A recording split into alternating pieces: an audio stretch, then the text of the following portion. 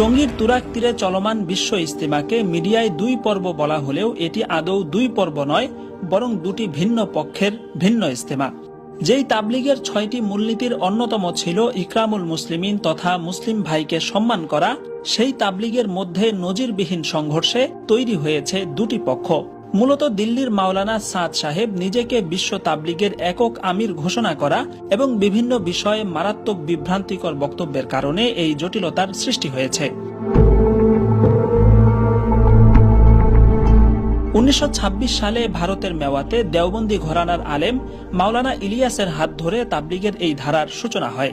প্রতিষ্ঠার পর থেকে প্রায় 100 বছর যাবৎ বরকতময় এই সংগঠনের মাধ্যমে বিশ্বের কোটি কোটি মানুষ হেদায়েতের দিশা পেয়েছে। তাবলিগের মেহনতে কত অমুসলিম মুসলমান হয়েছে, কত মানুষ পরিপূর্ণ ইসলামী জীবনযাপন শুরু করেছে, তার কোনো হিসেব নেই। ইসলামের সততা